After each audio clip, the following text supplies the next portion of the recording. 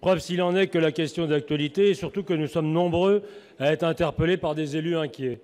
Votre déclaration de politique générale mardi dernier avait, je le sais, réjoui un certain nombre d'entre nous, et plus encore les élus locaux, en ce qu'elle laissait penser, s'agissant de la réforme de la taxe d'habitation, que votre intention était de prendre le temps de mener à bien une véritable concertation. Une telle concertation est en effet attendue par les élus, attachés à la libre administration des collectivités et à son corollaire, leur autonomie financière.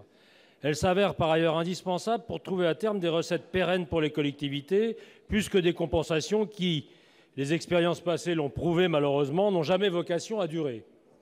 Monsieur le ministre de l'Action et des Comptes publics, Gérald Darmanin, avait même eu l'occasion dans la foulée de préciser en réponse à une question de mon collègue Bernard Delcros que les maires pouvaient être assurés dans la mesure où vous saviez tous deux par expérience que la taxe d'habitation constituait une recette majeure des collectivités locales. Je me permets d'approuver et d'indiquer que dans le département des Yvelines, elle représente effectivement pour au moins une vingtaine de communes, dont Conflans-Sainte-Honorine, que je connais bien pour en avoir été maire pendant près de 15 ans, entre 30 et 50% de leur budget. Ainsi, même si cet impôt est injuste pour les contribuables comme pour les territoires, en raison des valeurs locatives cadastrales obsolètes et des inégalités de richesse entre communes, et qu'il est par conséquent souhaitable de le réformer, notre devoir est de veiller à ce que ce ne soit pas fait au détriment des collectivités. Je rappelle que celles-ci ont en outre déjà largement pris leur part au redressement des comptes publics ces dernières années. C'est pourquoi, alors qu'il a été réaffirmé hier la mise en œuvre dès 2018 de votre engagement d'exonérer 80% des ménages de la taxe d'habitation, je souhaiterais savoir, Monsieur le Premier ministre, d'une part, quelles sont les mesures de compensation envisagées permettant de tenir votre engagement de prévisibilité et de donner aux communes des garanties de l'État à long terme, et d'autre part, comment comptez-vous associer les premiers concernés, à savoir les élus locaux qui s'interrogent dans pareilles conditions quant à leur capacité à financer nos services publics de proximité, essentiels et plébiscités par les Français, tout en maintenant l'équilibre de leur budget. Il était prévu d'ouvrir ce qui n'était hier encore qu'un chantier lors de la conférence des territoires programmée lundi. Pouvez-vous aujourd'hui nous en préciser les modalités? Merci. Pour vous répondre, la parole est à M. Gérald Darmanin, ministre de l'Action et des Comptes publics. Vous avez la parole. Monsieur le Président, Mesdames et Messieurs les sénateurs, Monsieur le Sénateur, vous avez raison de dire que cette fiscalité locale, et particulièrement la taxe d'habitation, est injuste. Injuste, vous l'avez dit, parce que les communes ne sont pas toutes devant les mêmes règles. L'AMF précise que c'est à peu près 35% la recette de la taxe d'habitation dans le budget d'une commune.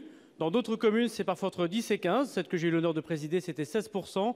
Et dans d'autres, c'est entre 45 et 50. Donc il y a une injustice entre les communes rurales ou les communes dites plus pauvres et les communes urbaines ou les communes plus riches. La deuxième des choses, c'est injuste effectivement pour les citoyens.